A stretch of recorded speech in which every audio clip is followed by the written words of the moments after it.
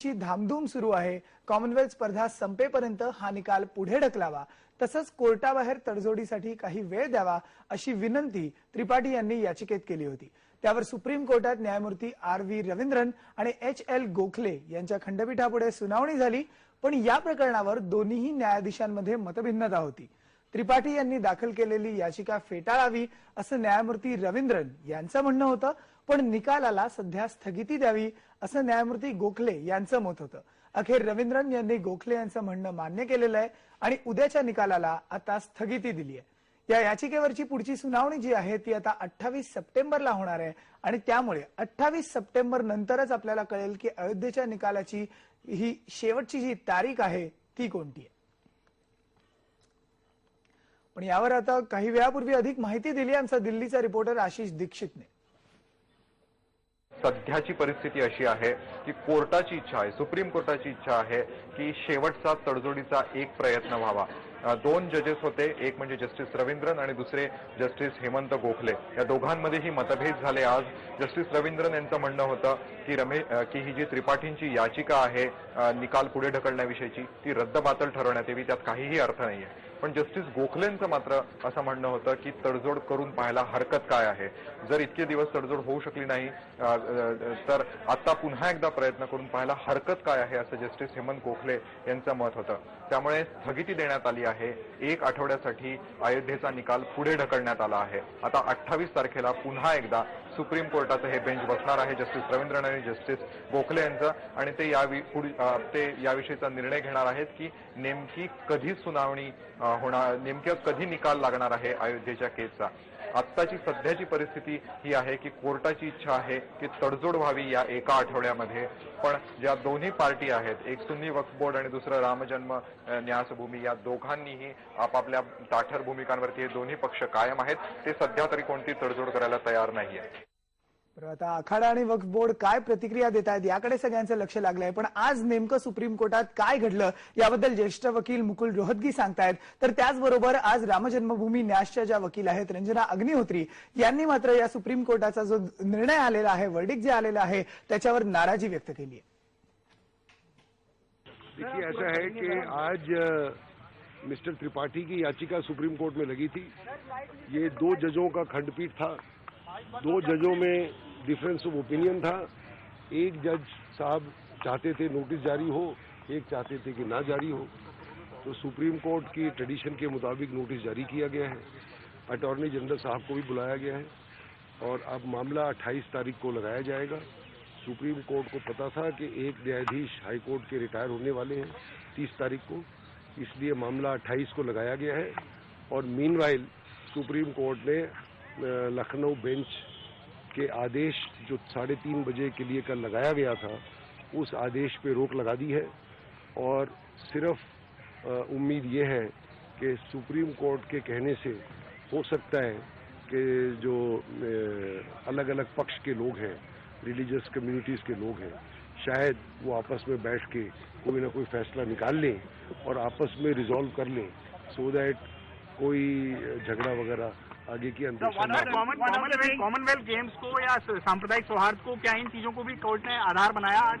नहीं, अब ये तो कह नहीं सकते क्या आधार बनाया, बट कोर्ट को भी प्रोबेबली ये लगा कि शायद एक लास्ट अटेम्प्ट जो है सेटलमेंट का किया जाए। ये सुप्रीम कोर्ट सबसे ऊंची अदालत है हिंदुस्तान की।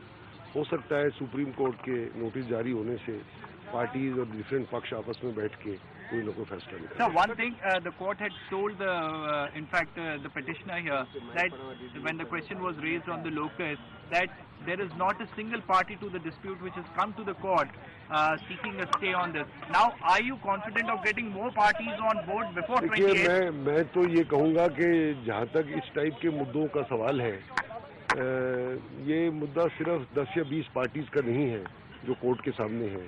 ये लाखों करोड़ों लोगों को अफेक्ट करता है। तो जहाँ तक पिटिशनर का सवाल है, ये खुद हर पार्टी से, इस केस की पार्टियों से शायद बात करें कि भाई और भी लोग आए कोर्ट के सामने और सेटलमेंट या मध्यस्थता की बात करें, तो शायद कुछ ना कुछ इसका हल मध्यस्थता से निकल सकता है। इसमें ऐसा लगता है कि कुछ अराजक राजनीतिज्ञों का, सो कॉल्ड राजनीतिज्ञों का हाथ था, जो ये नहीं चाहते थे कि ये फैसला आए। यहाँ सारे अधिवक्ताओं ने पूरी मेहनत से, पूरी त्याग और तपस्या से इस मुकदमे की तैयारी की थी।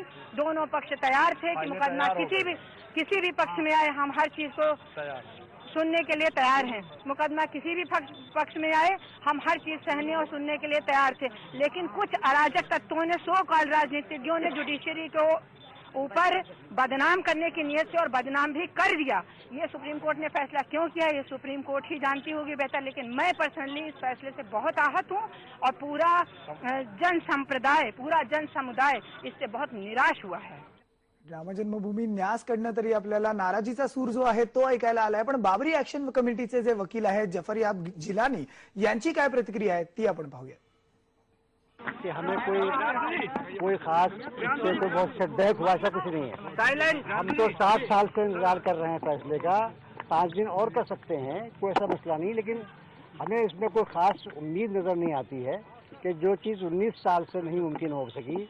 3 प्राइम मिनिस्टर्स ने एफर्ट किया है इस पर, पार्टीज को सामने बिठाला, 3 चीफ मिनिस्टर्स को उसमें बीच में डाला, अपने कैबिनेट मिनिस्टर को डाला, उसके बाद भी कुछ नहीं निकल सका है। तो अब 5 दिन में ये रमेश चंद्र त्रिपाठी साहब की कोई एफर्ट से मुमकिन नहीं है।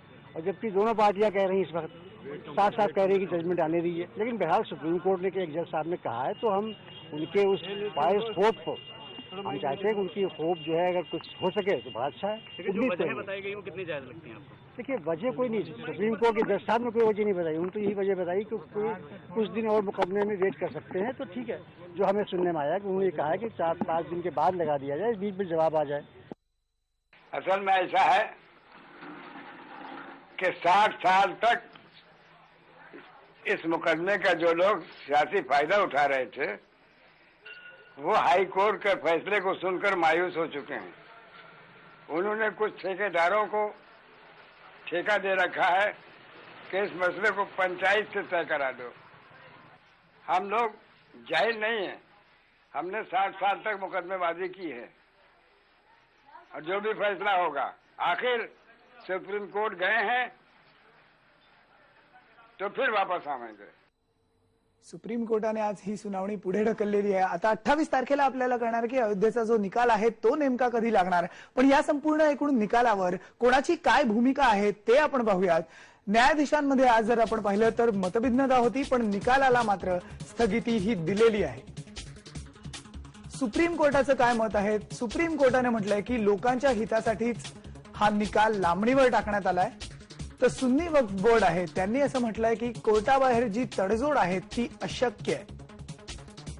तर राम जन्मभूमी न्यासकडनं सांगण्यात येत आहे की सुप्रीम कोर्टाच्या निर्णयामुळे ते मात्र नाराज झाले। तर यावरच काही वेळापूर्वी प्रशांत चंद्रा जे आहेत याचिकाकर्त्यांचे जे वकील आहेत त्यांनी काय प्रतिक्रिया दिली आहे ती पाहूया।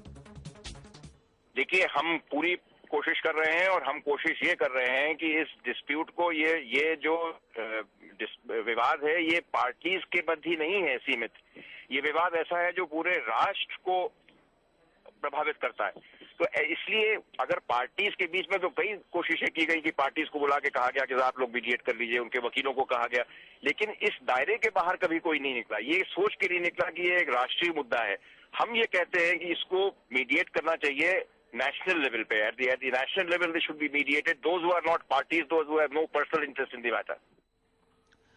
बरं, सुप्रीम कोर्टाने आता आज सुनावणी ही पुढे ढकललेली आहे। 28 तारखेला आपल्याला कळणार आहे की नेमकं काय घडणार आहे। अयोध्येची जो निकाल आहे तो कधी येणार हे 28 तारखेला आपल्याला कळणार आहे। यावर बोलायला सध्या आपल्याबरोबर आहे ज्येष्ठ कायदेतज्ञ माजिद मेमन सर।